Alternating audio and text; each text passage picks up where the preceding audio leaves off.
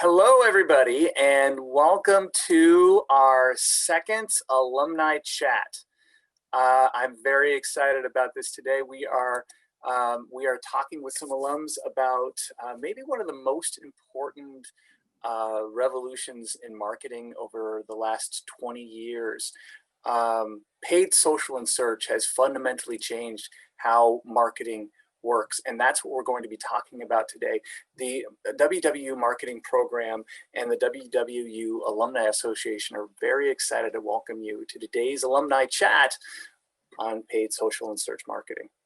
Our panelists today are Kelly Harp, Emily Moe, and Nick Marvik. Some of you have submitted questions, and that's awesome, with your registration, and we appreciate those. As we move through the discussion today, please use the Zoom Q&A feature, which should be at the bottom middle of your screen, to send us any new questions that you've got that come to mind. We'll be responding to those questions throughout the discussion today, and as we're able to, and as time allows. So with that, we recommend that you use the speaker view as part of Zoom. And let's get started. I want to start off by giving our speakers a chance to introduce themselves. We'll start with Kelly Harp.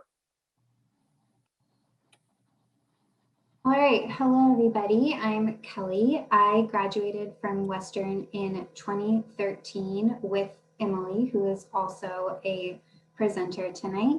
And I have been in digital marketing since. So for 8 years, I've been in both agency and in-house, where I have experience doing social ads on Facebook, Instagram, Twitter, Pinterest, LinkedIn, and I've seen it grow from 2013 to where it is today.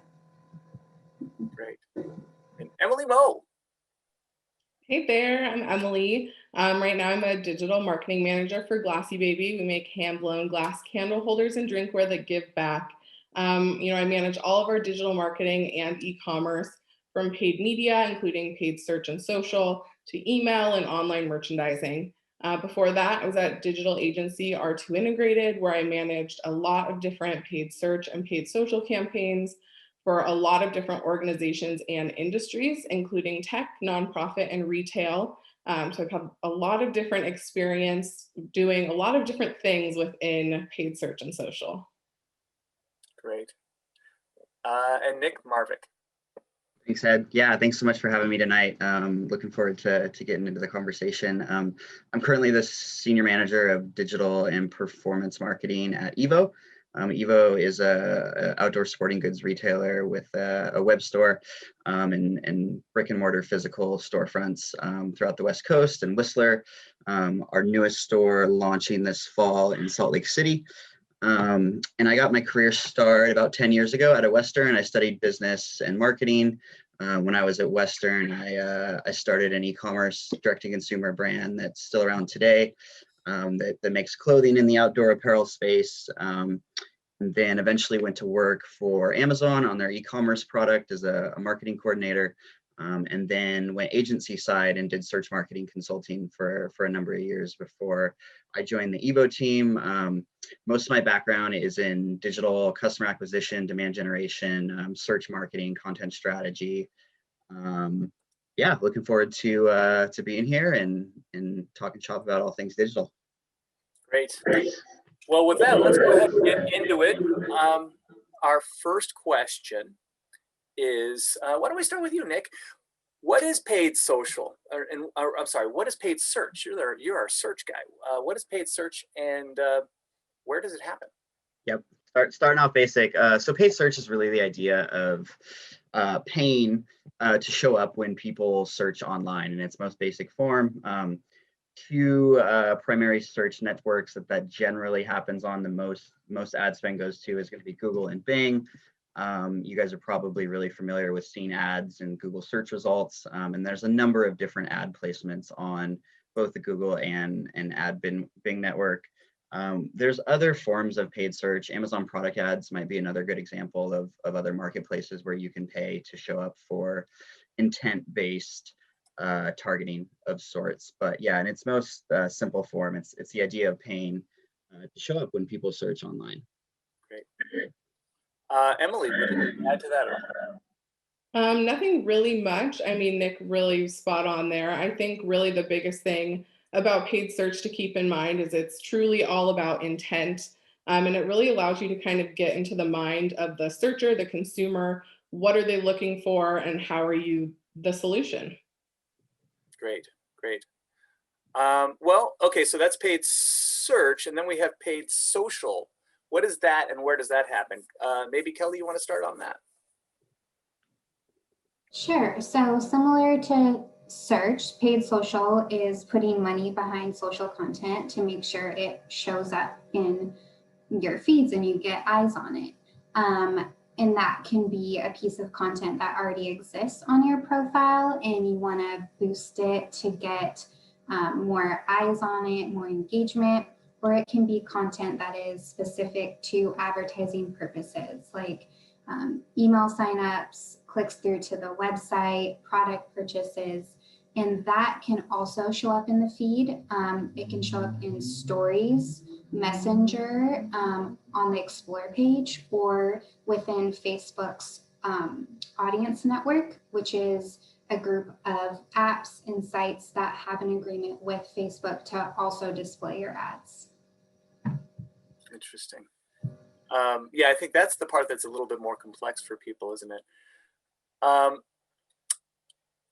Emily, would you like to add anything onto that in terms Yeah, of? I mean, again, great explanation from Kelly. With paid social, I think paid social is really interesting and something that continues to differentiate it from search as just a channel in general is that within paid social, there's so many different places you can actually run ads. You know, it typically when we say paid social, a lot of people refer to Facebook and Instagram, but we also have channels like Pinterest, Twitter, LinkedIn. So there's so many different channel types within the tactic of paid social that you can really dig into the kind of the nitty gritty. And there's a lot of really cool stuff happening in all of those spaces. Mm-hmm. Well, speaking of nitty gritty, why don't we start with, why don't we get Nick to break it down a little bit more? Nick, where are you allocating your spend right now? Great question. So at Evo, we don't allocate spend in just one channel. We have very much of what we would describe as a multi-channel approach. Generally search, and this is both paid and organic, seem to over-index in percentage of total spend. They get a lot of the dollars. Up next, I would say would be paid social. And our paid social is a little bit different from our performance media programs. That would be like Google Display Network Display or more programmatic display platforms. And we got affiliates, third-party marketplaces. We do a little bit with referral partners. So generally, we're spending across all of our default channel groupings that you would generally see in your analytics profile, driving back traffic to a website, with the exception of maybe direct and email. Like we have an in-house email team, but generally the other channels have some type of paid acquisition budget around it. Great. What do you mean by affiliates, and what do you mean by referrals? Yeah, so affiliates are essentially our network of whether it's brand ambassadors or other content creators online in our space that create content and generally send traffic back to evo.com to what we hope eventually make a purchase from. And oftentimes that traffic gets cookied, and that affiliate will get the attribution or the sale credit in a X window of time. That could be 30 days, 60 days, based on what us advertisers choose to set. And then similarly, because affiliates do drive referral traffic, but we will set up referral partnerships with some of our brands where a deep linking, P2P deep linking example. So say a skateboard company has a product detail page and they want to let their customers know that, hey, you can find this skateboard over at Evo as well. And that will link directly back to the same product detail page on Evo.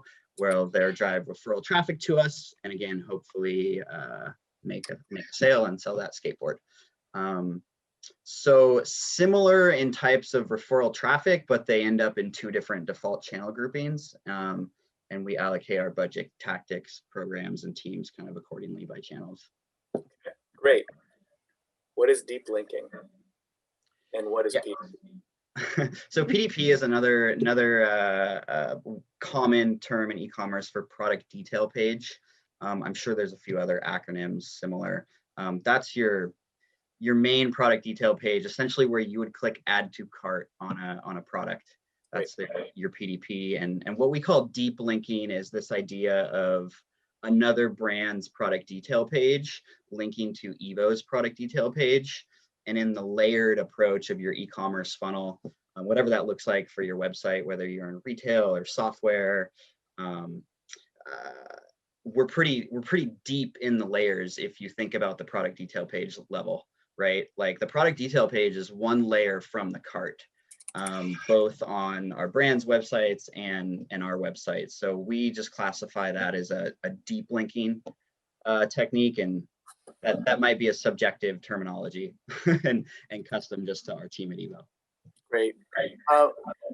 We'll come back to you for some examples in a bit. But let's go to Emily. Emily, how are you spending your money these days? Yeah, I mean, I have a very similar approach to Nick. I mean, it's very multi-channel across the board. And actually, this time of year is really interesting for us. Mother's Day is coming up. That's our second biggest holiday, apart from holiday, of course, at Christmas time. And so that really shifts kind of how I spend as compared to some of the off months. Right now, I have a lot in paid search, a lot around Mother's Day gifts and gifts that give back, things like that. A lot of those non-branded search terms. And then I still do a lot of branded search as well. I think a lot of times you'll find that companies will either go really hard on branded search or they won't touch it at all.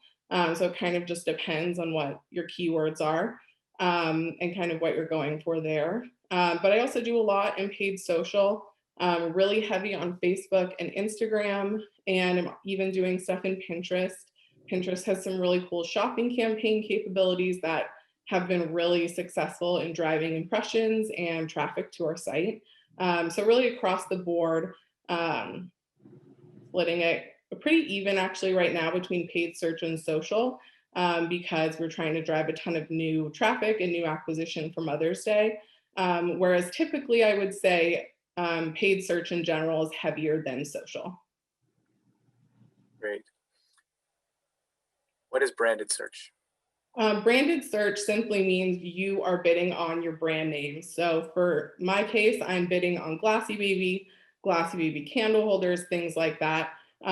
You're basically paying to get to the very top of results when your brand name is searched.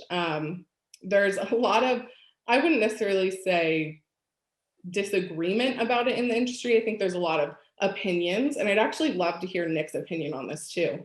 Obviously, we do rank first for Glassybaby organically, but we just decided to go in on a branded search approach to make sure that our audience knows that they can click very top and it'll convert. And really, we've seen, ever since I've been here, we've seen it does convert, and it converts better at times than organic search results.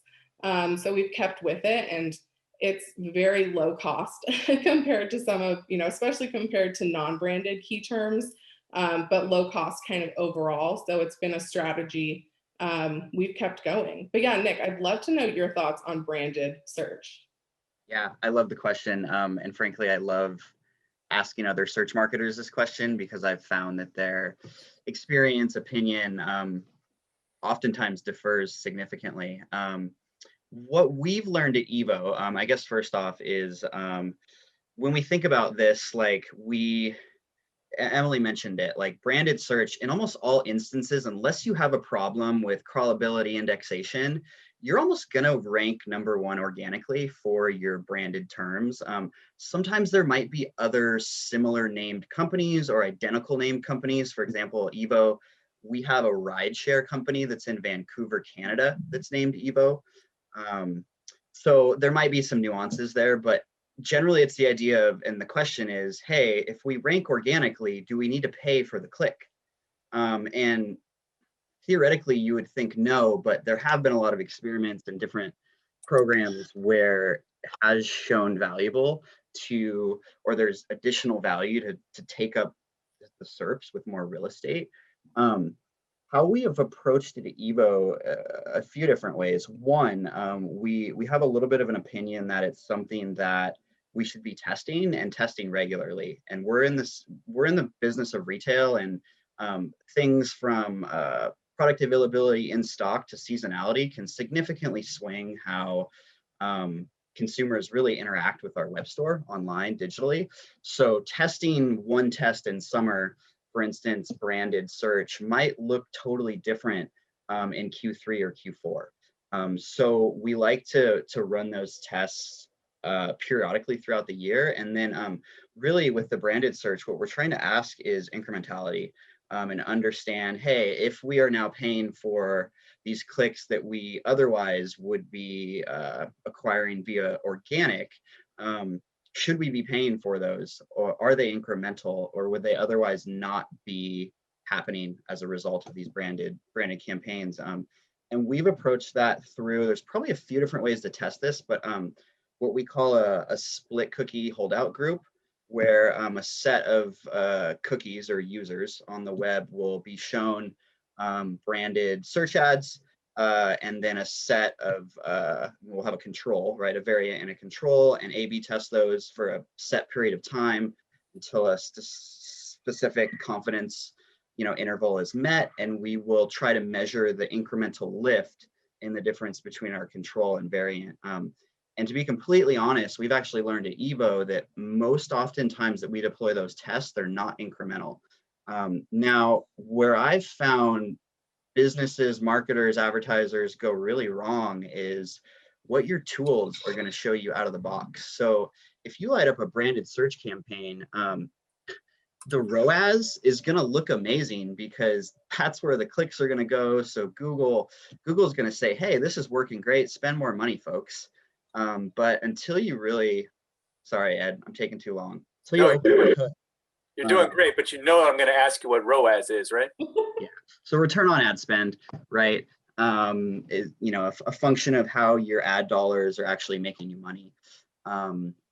But we've learned at Evo that they're non-incremental. So we will take those funds and advertising dollars and allocate them towards another area where we hope to drive a larger percentage of incrementality.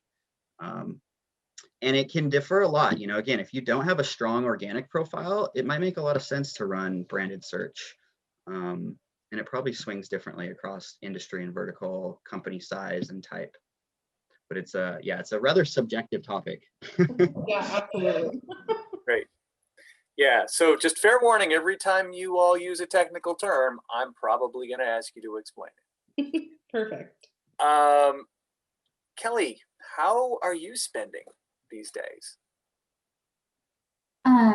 It's so interesting to hear Emily and Nick talk about their spend and allocation because it's so different from what I'm doing right now. So I am at Pierce Transit, which is a transit agency, and we don't have a specific product to be sold. So instead, I'm just focusing on awareness campaigns or sometimes recruiting campaigns. And I really just spend all my money essentially on Facebook. And then I would say LinkedIn is probably my next biggest spend. And then Twitter. And on Twitter, I push out a lot of newsworthy updates, company announcements, that type of stuff to just create awareness around that. But it's super interesting to hear you guys talk about your spend. I thought it was so interesting when I came from R2I to Glassybaby, because at R2I, I was primarily working with nonprofit and with B2B tech. And so I did a lot of very similar things to what you're doing now, Kelly. And it's just crazy how jumping from kind of one industry to the next, it really changes the channels so much. And there's so many different opportunities and how you can leverage the tools that really, I mean, two jobs are completely different based on what industry you are in and kind of what your goal is. Yeah, totally. And that kind of also goes back to, you don't have to have a product to sell to do paid search or paid social. Like just have a campaign or something just to create awareness. So yeah, absolutely. Great. Yeah, it all depends on what your goals are. Perfect. We are getting a ton of really good questions, so I'm gonna jump into one of them. Abigail asks, how will paid social and search be impacted by the new iOS privacy policies? So who's our instant expert on that? I'm not an expert by any means. I definitely have some opinions and call it hypotheses on what might happen. So yeah, let's assume, right, people throw on ad blocker, we no longer get third-party cookies. I think generally, I mean, this kind of comes back to the future of what's going to happen in the advertising space when third-party cookies go away, and they are going away, and they have been going away. But I think looking at your question here, like, I think we're going to see a larger shift of advertisers needing to shift towards more contextual-based targeting versus behavioral, right? And third-party cookies generally have been a huge tool for behavioral targeting tactics of sorts. But with that going away, I like, we're going to need to double down more on our first-party data, right? And start thinking about creative ways where we can be stronger marketers through contextual targeting. And I can't help but think of keyword targeting back from like the fundamentals of paid search. And generally contextual targeting even works better than behavioral targeting. They oftentimes can support one another, but yeah, I mean, it's going to be interesting. I mean, for me personally at Evo, just because it's a little bit of a question mark, I would say, like, especially through our analytics, you can filter by device type and operating system, monitor the performance, see what's happening. You may or may not be seeing a decay in your performance. The reality is that the user actually has to take an action in the new iOS setting to block cookies. So some percentage of people are willingly going to do that. Others might not. So I think it's a little like, for me, it's like, I have some expectations, but I'm going to try to keep my thumb on the pulse just to really see how it's, what I think might be decaying over time. So I would expect the performance of our, third-party cookie programs to decay with third-party cookies going away in some aspect. Okay. Interesting. Kelly, you had something. I'm sorry, Emily. I was just going to add, I definitely agree with what Nick was saying. And I also think the fact that people have to go in and opt out, it's not manual.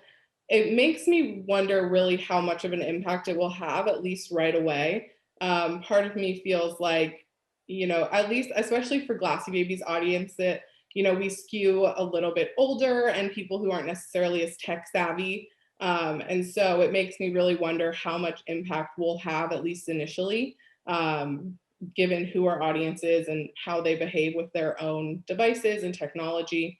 But with everything, I mean, we've had changes over time in paid social and just marketing in general, and it's just another change, and we'll just have to kind of test and adjust again. And this is nothing, I mean, sure, it's a new setting, it's a new privacy issue, but it's not necessarily anything new or things that marketers aren't used to in terms of change. And so really we just have to watch, test, and adjust.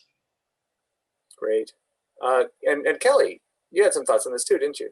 Yeah, so just building off of what Nick and Emily have said, I've also been just kind of watching to see how the platforms themselves respond. And I saw a recent article from Facebook that they're sending out push notifications to like the iOS users to get them to opt back in to like specific targeting ads. And then I cannot remember the specifics, but I think Google, they said something like they're testing a program where you can target a group and a characteristic instead of just going at an individual to kind of do a workaround.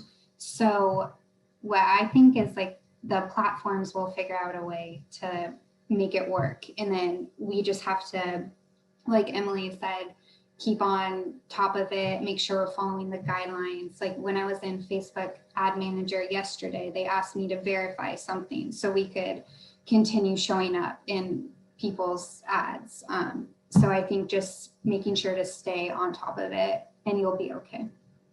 That's interesting. It almost sounds like paid search could become a little bit like paid social in terms of those targeting groups of people rather than individuals. I think that will probably more impact, display through Google. I don't know how much keyword searches will really be impacted by this, but I mean, there's that potential as well.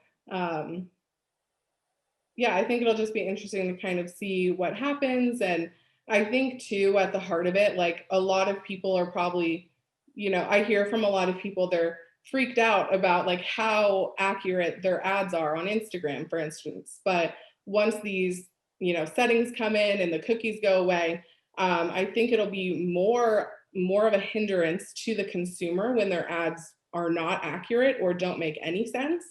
And so I think that's when you'll really see the value of kind of what we had now. And so it's a really interesting concept, of course, with privacy. I have differing opinions from a consumer side and a marketer side. But at the end of the day, right now, with all of the information marketers have, they can give very accurate, very timely ads across the board. And that's definitely going to change.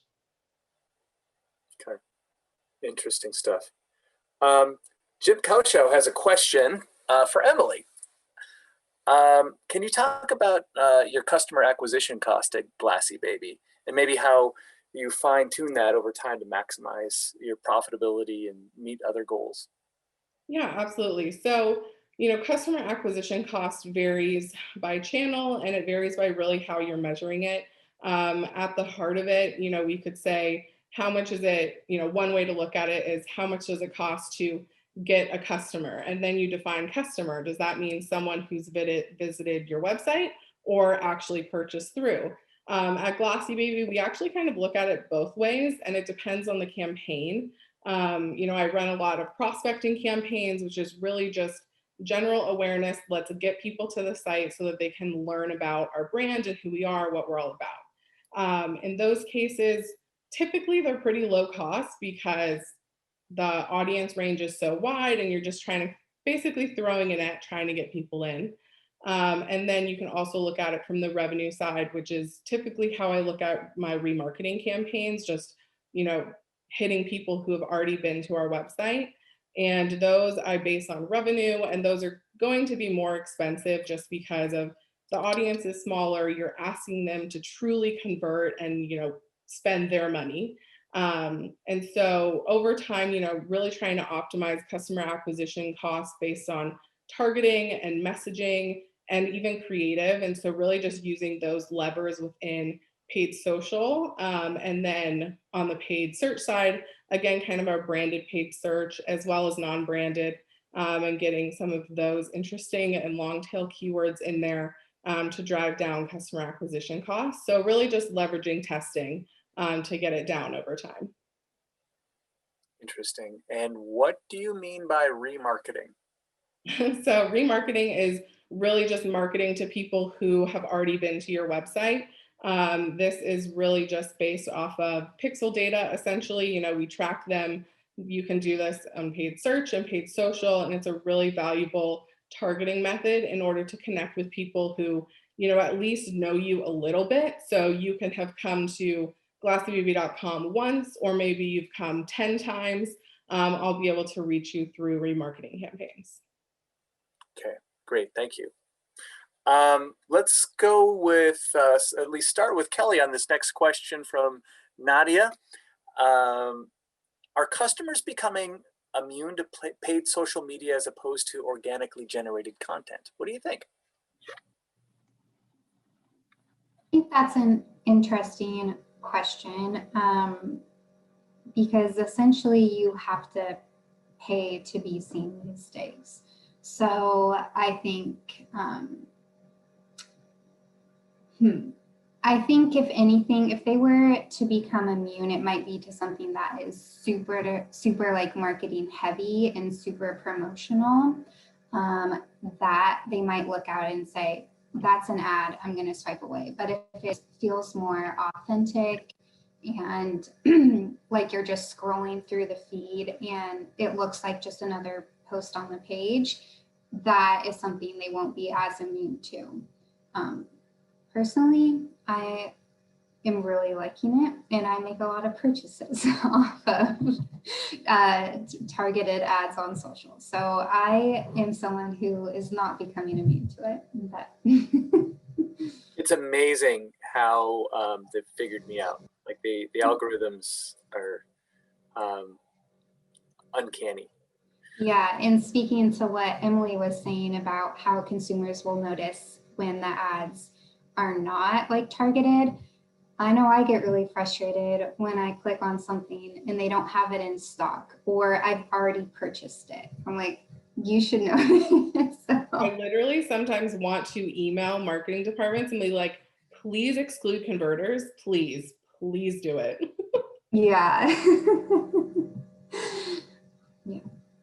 Cool. Nick, Emily, do you have any other thoughts on paid versus organically generated content?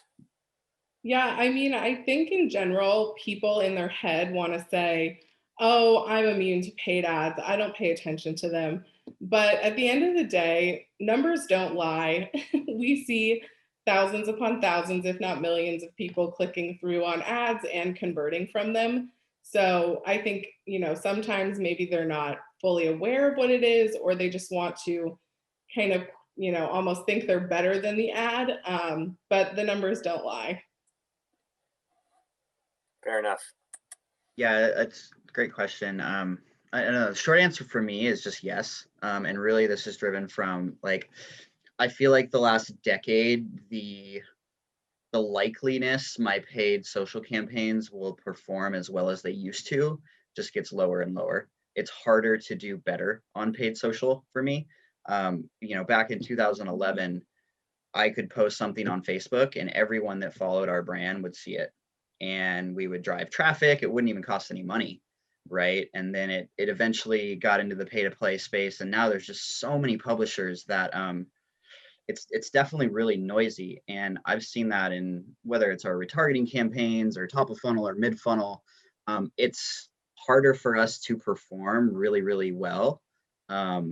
It's harder for advertisers to keep performing as well. And I think that has to do with customers and how they're responding to advertisements, whether it feels like an ad or it feels more native or organic. That's just shifted so much over time, and it makes our job just harder, right?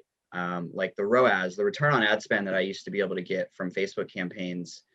I mean, I don't want to say it was easy to get double digits, but now, we're happy with single digit ROAS numbers, where it's just hard to get the performance that we used to 10 plus years ago in paid social. Interesting. And even just from experience, like I've noticed at my old agency, we were early adopters of like Instagram story ads.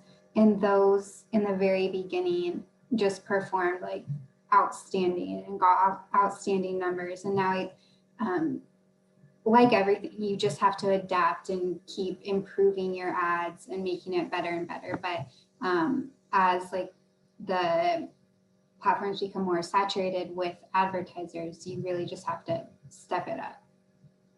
Yeah, I think too, if it's not evident already, obviously performance and everything across the board varies so much depending on your product, your industry, your audience. And so, I think that's the best part about talking to other marketers in the space, because, Nick makes some really good points, but for instance, I don't consider that for my brand because we're doing really well in paid social, for instance. So It's really good to kind of learn learnings from other people, and then also just kind of know everything really depends across the board, which is a really frustrating answer sometimes. But that's why you just have to keep testing. So what I'm taking away is that Glassybaby is better than Evo at paid social. Is that right? I mean, it sounds like it, yeah. I got from that. Yeah, definitely. I think that's actually a great point, Emily. And whether you're in retail or whatever industry it is, like there's so many factors: industry, seasonality, AOV, average order value, is a huge one on paid social. I've had a lot better experience with lower AOVs performing well versus a higher AOV, and that intuitively kind of makes sense. But yeah, a lot of external factors that can swing performance left or right depending on business type and size and all that stuff. Great. And wait, Roger, one sec before we move on. I get a lot of questions about like what are considered top performing numbers, and how can you tell if something is performing well. And so I just wanted to throw into this conversation, it's usually best to like compare against yourself and your old performance, because even just talking here, like we're all so different. So something, it just might not apply. So really it's good to measure over time to see how your stuff is doing. Yeah, I completely agree. Great point, Kelly. She's just saying that to make Nick feel better. Well, we've gotten a number of actual follow-on questions to the conversation that Abigail started. And this question is from Lucas. Do any of you use Facebook's Pixel to track ad conversion to your website? And do you think the iOS update will make it ineffective? Anybody use it? Oh yeah, I use it for sure. Okay, I think so most advertisers should, if not do. So Emily, do you think that the iOS update is going to make it ineffective? I don't. Not at this point. I really don't. It's just kind of a gut feeling, but that's how I feel right now. I don't know. Talk to me next week. My opinion might change. Okay, fair enough. Anyone else have any thoughts on that? This is an interesting one. It's actually a multifaceted question here. But so at Evo, we use the ad pixel, and we generally use the Facebook pixel to capture events, cookies on users. We don't actually use it to measure or improve conversions against. We actually use that in Google Analytics. And what we found is that, and this is pretty common, that metrics in Facebook are oftentimes heavily inflated relative to what you might see in your internal data warehouse, Google Analytics, Omniture, whatever analytics system you're running. So we tend to use a more conservative approach versus what Google or Facebook would be telling us. This kind of comes back to what we were talking a little bit earlier with third-party cookies going away. What I do like about Facebook is their pixel manager. It actually has one of the strongest pixel managers. So you can see by hour how many events are firing based on your Facebook pixel. And that could be page views, view content type, product detail. Like you could see a lot of different things, add to carts, you name it. So what I would want to be looking at is, when iOS, boom, snap the line, right? Draw that, annotate that, and then monitor your pixel events, right? And if you're seeing it decay relative to where you were previously, you might be able to determine, hey, this new update is diminishing the pixel events or the cookies that I'm capturing as a result of that. That's probably how I'll start to approach it. To Emily's point, I don't think it's going to be a night and day thing. I think it'll be a phased, a slow bleeder, call it. Okay. Okay, and see, here's a question I think sort of touches back to something Kelly mentioned earlier. This is from Kent Lewis. What is your take on FLOC? This is a tough one. Admittingly, I'm rusty on it and could learn a lot more about the technology, but I just think it's going to be really interesting how those differences in targeting groups uh, compare against how we've historically done behavioral targeting. I think it's going to prioritize user privacy, which is going to be great for users and customers. How it performs for advertisers, though, I think is the question of the next couple of years, frankly. I don't have the best opinion yet, to be honest. Okay. Kelly, did you have any thoughts on that, or?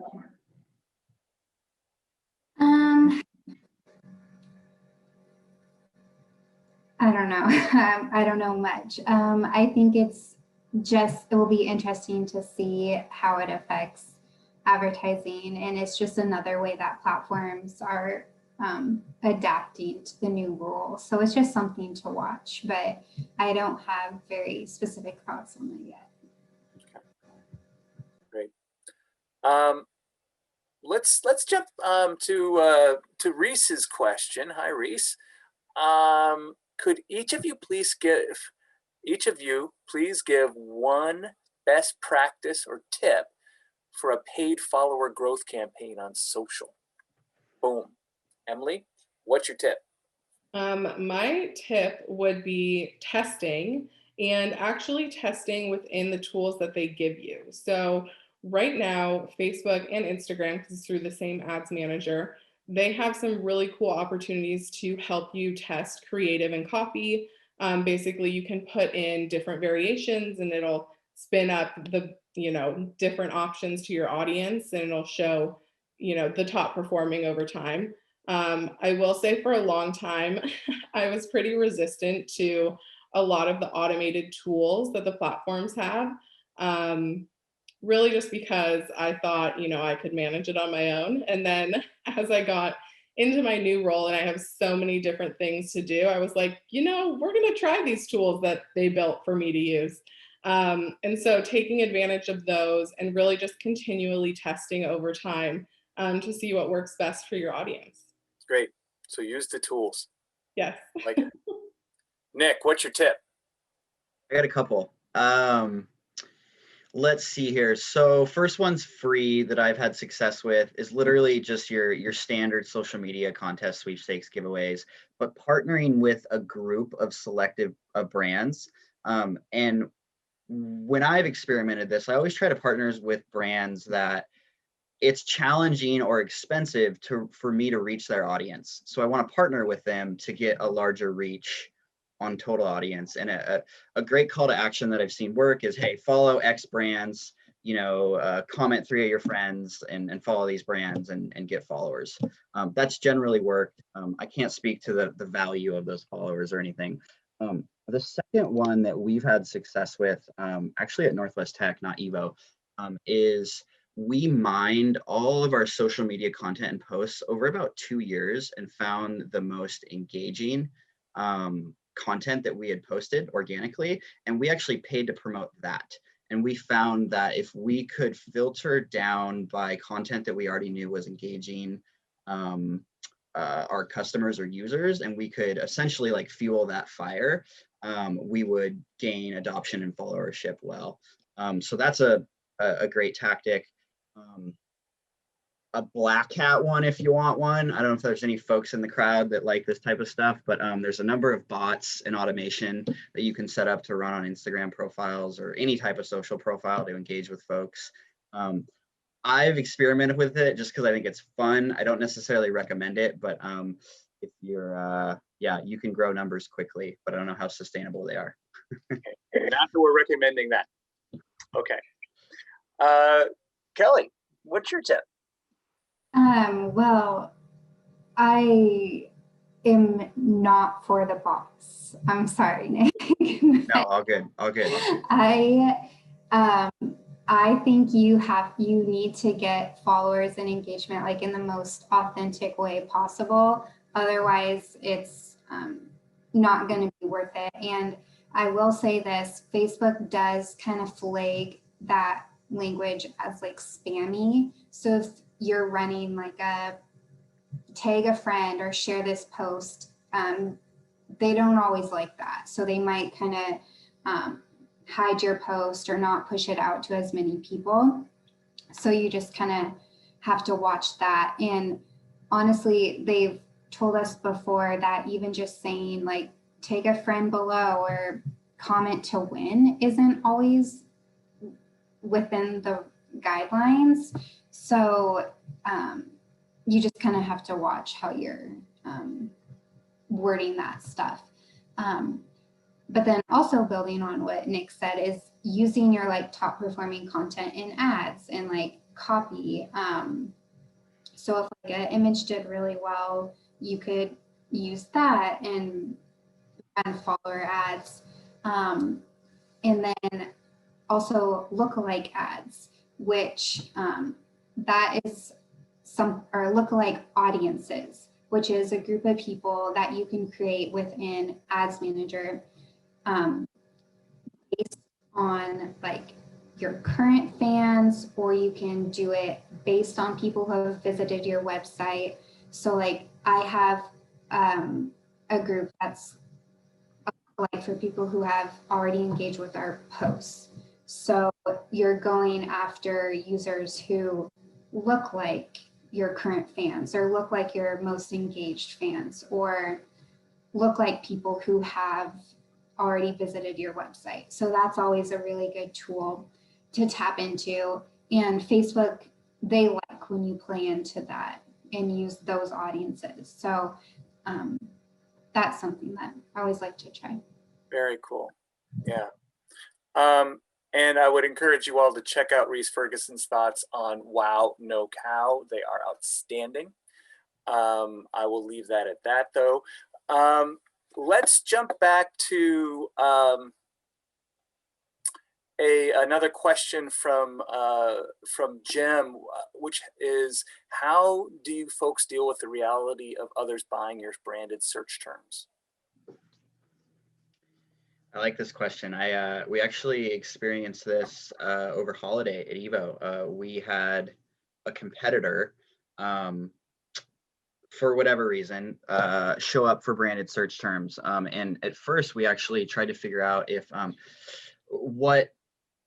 why they were showing up, and whether it's a text ad or a product listing ad. The actual technical reasons could differ. In this case, it was a text ad, so it alluded that, hey, they might be bidding on our keywords. So just because of the time of year it was, peak and holiday, and with the amount of direct traffic that we see, immediately we just lit up a branded search campaign to kind of combat that and win that auction. So short term is, hey, we're winning this auction now, our competitors are no longer showing up. But really over the preceding 2-ish weeks, what we monitored was how our percentage of search, or how our percentage of sales through search changed. Did it go up? Did it go down? In this case, it went up because we lit up a branded search ad. So our attribution of traffic going through search was greater, thus our sales were greater, but the incrementality wasn't there. So we eventually, after the new year, turned it off, and through our team and just manual testing, we're able to validate that the competitors were no longer showing up. Yeah, I mean, away from that, I think my biggest recommendation for folks when that happens, and I've seen it across a number of different industries, is like, you've got to understand if it actually matters, right? Because there's instances where your competitors are stealing that traffic, but it may or may not actually be shifting your percentage of sales that you're driving through both paid and organic search. And until you are measuring that and understanding that, I think it's hard to determine what risk it has to your business of a competitor paying for a branded search ad. Okay. Interesting. Let's shift gears a little. Sure. I definitely agree with everything Nick said, especially from a branded perspective. But just to kind of share another side is, I have actually done that in competitive keyword campaigns. In this instance, I was helping like a new product come to market, and they had never, been to market. So they're building up their own brand in general.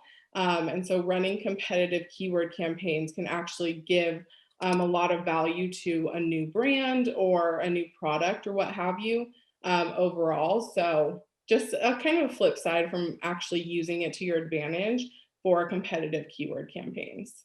Yep. Great. Let's shift gears just a little bit. And I really like this question. How do you show upper management the social's impact on your business, especially if you aren't necessarily seeing a large amount of revenue coming in? How do you show that? Kelly? I can start with that. You can look at other metrics. Like for me, I show a lot of like awareness and reach. So I'll say like X amount of people saw our ad saying that we have this promotion going on or something like that. Or I can say X amount of people came to the website via social. Or another thing you can do is pull like positive comments from social,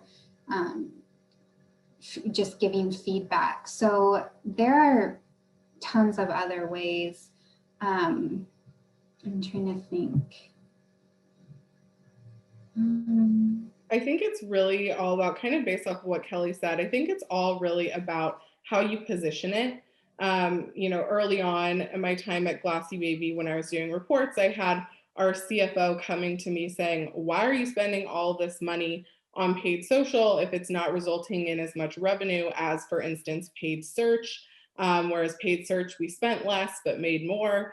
And really, it's about how you position the channels. I mean, and for me, Facebook, Instagram, all of paid social is more of a traffic driver, and it's really gold on driving traffic. And paid search, for instance, is purely revenue. And there's also a challenge within paid search in driving high volumes of traffic. Since it is intent based, there's less people who are searching than could just see your ad on their Instagram feed. And so I really just positioned, paid social is really focused on traffic. So that's what we're going to talk about here. And then paid search is focused on revenue. So that's what we're going to look at on this one. And then I think as well, also just equating, having digital ads in market help drive up revenue from every channel on your website. Having social ads running, while they may not be driving direct revenue, they're still helping drive conversions on your website through other channels. A very, very common user behavior is to see an ad on Instagram, go to your Chrome or whatever on your phone, type in the brand, and then go. And so that would be more either organic search or even direct traffic and revenue. So having things in market drives everything else up. There's been studies on this. I see it a lot at Glassybaby as well. So really just kind of showcasing the whole picture. And then if that fails, I just look at multi-channel attribution models, which is really just they saw an ad, they did this, and then they went to the site and bought. Great. And that actually, there's a lot to unpack in what you just said. And it ties into a lot of sort of similar questions that we're getting that have to do with, not just the advantages of social versus search, which I think you articulated really well, but how they can all sort of work together and what problems you might have in having them work together. How do we think about the incremental value of one layered on top of another? Nick, maybe you want to start talking about that? I can kick us off here. When I think of paid social and search, how they're kind of working together, Emily kind of hit it on the head. Like, I call it the spin up effect. Almost every paid social campaign that I've been in charge of building or have launched, assuming it goes back to a landing page or URL that's indexed, I always see a lift in organic traffic to that page near the timeline of when I launched that paid social campaign. Am I 100% confident it's because of the spin up effect? No, but I've seen it enough to where it happens almost every time, as well as the other channels as well. I think the most common partnership that I see is using social as what we might call a top of funnel driver. It's a little bit cheaper to acquire traffic, cost per click's cheaper, cost per 1,000 impressions is going to be cheaper than search, to get people on your website. And then the common retargeting that is really common in retail for social, and that's going to be showing customers products that they're interested in or viewed on their social feeds. You know, that combined with search, I think it's a basic strategy of the two. Oftentimes we will use, we can use lookalike audiences both in social and in search. So sometimes we will feed in lookalike audiences or retargeting audiences to our search campaigns. So we might use a retargeting audience to configure a certain campaign in search too. And that might be based on social intel that we gather. Yeah, those are just some that top of mind. Great. Kelly, do you have any? No, I don't have anything to add. I think Emily and Nick covered it really well. Yeah, great, great. On a sort of a related note, what programs do you use to coordinate between paid social and search campaigns with multi-channels? Are we looking at Hootsuite? Are we looking at something else? I mean, everything that I do on my end, I manage in the individual ad platforms. So Google Ads, Microsoft, Facebook Ads Manager. And then really I do all my analysis and kind of understanding in Google Analytics. So I don't necessarily have one shared platform. I do build reporting dashboards. So I look at all the performance there. But in terms of actual management and things like that, I do it in all of the individual ad platforms. Yeah, we're similar to Emily. For posting, I think we might be using a platform that can, you know, post and schedule and have a calendar type view. Whether it's Hootsuite or Later, I think is another common social media scheduling platform. And then for analysis and metrics, usually that's in the platform itself or offline, and we're merging data. We're Google Analytics users, Google Data Studio, and there's so many connectors now that you can plug Data Studio almost into any third-party platform of sorts and do your analysis outside of the platform. Great, very interesting. Now we've been talking a lot about coordinating between paid social and paid search and the different channels there. But what about, and this is something that's going to vary depending on the business a lot, but what about the current mix of traditional versus digital spend in the region? Kelly, do you want to start with that? Like how much traditional are you still doing? Do we still use that term, traditional advertising? Are you referring to like print and stuff like that? Yes, things that are in the actual world. Right. So for me, like at my current position, those are two completely different departments. Like they do, they will tap me and say, we're running a specific like print campaign or like, billboard campaign, and we want to do a little bit of a social push, but for the most part, those are completely separate for me. Okay. Emily, Nick, what are your thoughts on traditional? Yeah, I mean, I certainly think there's a time and place for traditional. I mean, I am a tried and true digital marketer, so I'm not the best person to ask this question. But, you know, Glassybaby does occasionally do billboards and things like that. And every time I've worked with, you know, that team to make sure we have the proper URLs, tracking URLs, landing environments, things like that for them to include on those print ads and things like that. So there's still a digital component to it. We definitely haven't been doing anything. We certainly pulled back. I mean, for 2020 and the pandemic, we didn't have any big kind of traditional things like that. We do radio occasionally.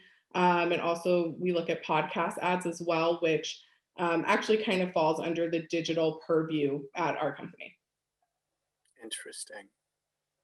Yeah, and I have a similar background to Emily. All digital first, not traditional first. So definitely don't have a ton of experience in traditional media buying, but at least at Evo, we've generally pulled back a lot of our traditional budgets from print to TV, billboard, direct mail.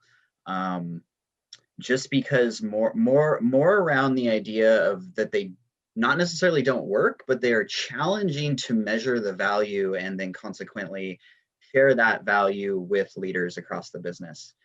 Those traditional ad formats, just the attribution compared to digital is fragmented and broken, right? So it's just more challenging to share performance. I don't think that necessarily means they aren't valuable. And in fact, this year we actually redeployed a direct mail campaign. I can't speak to the results of that because it wasn't managed by my team, but that was kind of our first re-step into traditional type of advertising, direct mail in the e-commerce space. And I think depending on the industry, vertical, objective, campaign objective, like whatever it is, there's definitely a time and place for traditional media buys, especially based on age. I would suspect probably your older demographics are going to be a little more receptive to some of those, newspaper, for example. A lot of my friends aren't reading the newspaper. A lot of my parents' friends maybe are. So I think it really just depends on, who's your target audience, where are you trying to reach them, what goals and value do you need to communicate back to the business, and where are you going to be the most effective kind of achieving that. Yeah. A lot of your former professors are reading the newspaper too. There you go. And we read it digitally these days, right? So mostly. Okay, so actually on the topic of newspapers, what newsletters or podcasts do you pay attention to in order to keep up with how fast the digital space is changing? I read one. It's an email newsletter I get every day called The Daily Carnage. They have a Facebook group as well, which is really cool. It's just kind of a bunch of marketers kind of brain sharing, if you will, asking each other questions, and they send out kind of the latest and greatest. So that's a really good one that I enjoy. Cool. I admittingly do not carve out enough time for this. I wish I could carve out more time. Some go-tos for me: Retail Dive, Retail News, just kind of basic, all things retail. Then the search engine world, Search Engine Land, Moz Blogs. We have a couple different technology partners that are strong thought leaders in the space. And then honestly, my LinkedIn feed I've been finding to be a pretty good source of industry relevant news that helps me stay up on modern happenings in the digital space. There's more and more authorship and thought leaders starting to emerge on the platform. So depending on who you're following and engaging with, I think that can be a strong stream of content, assuming you set it up how you want it to. Kelly, do you have anything that you follow? Well, in addition to LinkedIn, Twitter is also a great place to get like really up-to-date news. And I see a lot of like new feature announcements there. Otherwise, for like e-newsletters, I think I've talked about them before, but Morning Brew and Marketing Brew, those are both really good, and I find them really interesting. And something I do come back to, maybe not every day, but like at the end of the week, I'll go back and look at all the ones that came in. So yeah, those ones are good. I read those ones too. Yeah. Cool. Now, is there anything else that you want to add in terms of the impact of iOS 14.5? I know we've talked about this a lot. It's been coming up. People are very interested in this and the impact of identity and audience targeting. The only thing I would add is just invest in first-party data, and not only your own data, right, and your data warehouses and enriching that data internally, but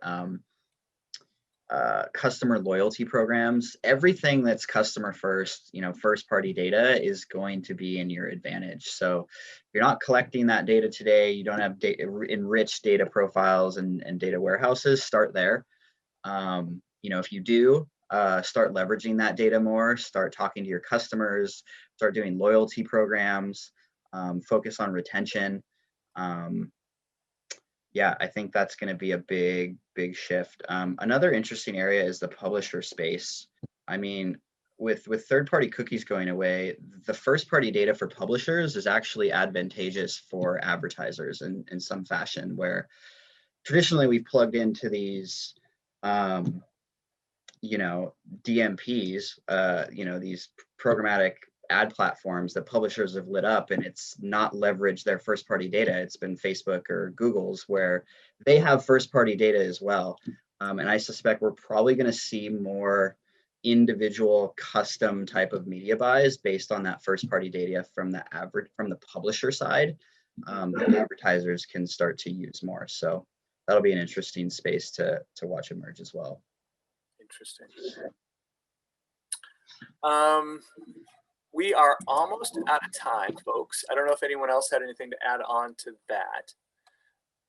But I wanted a quick note to add. I mean, really echoing everything Nick said. I think what'll be really interesting is, for a long time, there's been in the B2B space, account-based marketing, or ABM, which really is just using that first-party data, using those emails or whatever you may have, phone numbers, things like that. So it'll be really interesting to see how that comes over into the more B2C space and how people are able to leverage that. It's been around for a long time, but a lot of marketers haven't quite used it because typically those lists have been really small and things like that. So it'll be cool to bring that piece kind of over from the B2B world into the B2C world. Interesting. Yeah. I want to close with a question about metrics.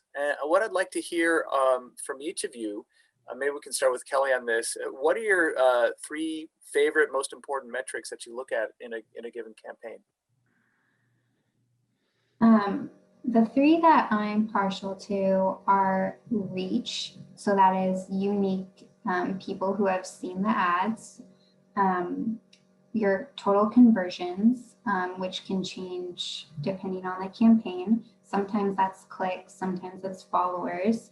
And then I really like to look at engagement on the ads themselves as well.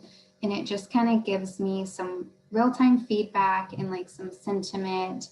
And I don't know, just as a social media marketer, I love to look at that stuff. So. Okay, interesting. Emily, do you have other metrics? Yeah, I love those metrics from Kelly, but they're not my favorite. I think my favorite, so my first is probably conversion rate, because I think it'll tell a lot different and a really interesting story as compared to just a pure revenue number. That's really just how many people, like total traffic, how many people are actually converting, which is really interesting, that percentage. And then I really like to look at, on paid search, I love to look at CPC, or cost per click, compared to your bid. I think paid search can be really fun because it's a strategic guessing game sometimes when you're starting out with brand new keywords. So really just kind of playing around with how much you're bidding versus, how much people are clicking for, and really trying to optimize your bids there is pretty fun. And then really just click-through rate overall. I think that one's really interesting. And Google has kind of an updated relative click-through rate within their platform, talking about kind of click-through rate compared to other advertisers in the space. And so that is really interesting. And it's pretty cool that there's a new metric, if you will, in the space.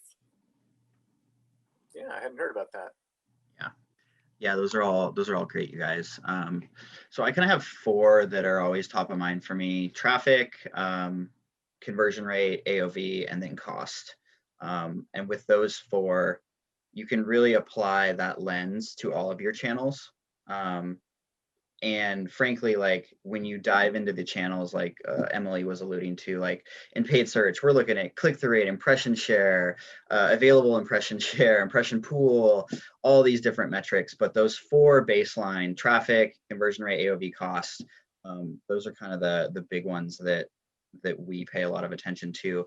With those, that boils down to a big metric that I think any advertising marketing team should be. If you're not talking about it, you definitely should be, but it's what we're held responsible to, and that's our ERS percentage, effective revenue share, and that's essentially just a measure of what percentage of sales are made up from our marketing budget.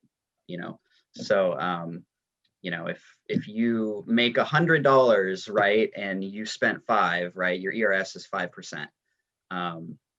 So that metric is very important as an advertising team at Evo or other companies to essentially determine how much we're spending on marketing collectively.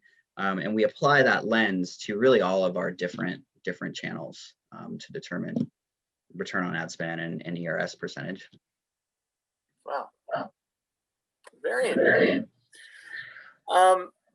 Now, if someone in our audience wants to follow up with some additional questions, I know Lucas has a great question about his business in Olympia and the mix of digital and physical for his pressure washing company. Would he and others in the audience be able to follow up with any of you with some additional questions? Absolutely. Absolutely. Maybe you each could type your contact information into the chat. I think everyone gets to see that. So you can also connect to us on LinkedIn. That might be easiest. That's probably the best idea. Okay, thanks. So Lucas, I hope that you will follow up with Kelly and Emily and Nick on LinkedIn. I found that LinkedIn is my best place to connect with alumni and digital marketers. And I also have to put a shout out for our new platform, WeConnect, as well. So LinkedIn and WeConnect are both terrific. This has been such a fun and interesting chat. I have learned a lot, and I know that our audience has too. I want to thank our wonderful panel, and from all of us here at Western Washington University, as it is in my office now, and the marketing program. Thank you for joining us today. We also want to thank the WWU Alumni Association, which is fantastic, for their partnership in making this and our other alumni chats possible. And we really want to thank those of you who chose to support the program as part of this webinar. And don't forget to support the marketing program on WWU Give Day, which is coming up, and we're really excited because it's May 27th this year, and it's going to be better than ever. This recording, the recording to this webinar will be emailed out in the next few days. Please check your email soon for the link. Thanks again, everyone. I'm so glad that you all came, and have a great evening. We'll see you. Thanks so much.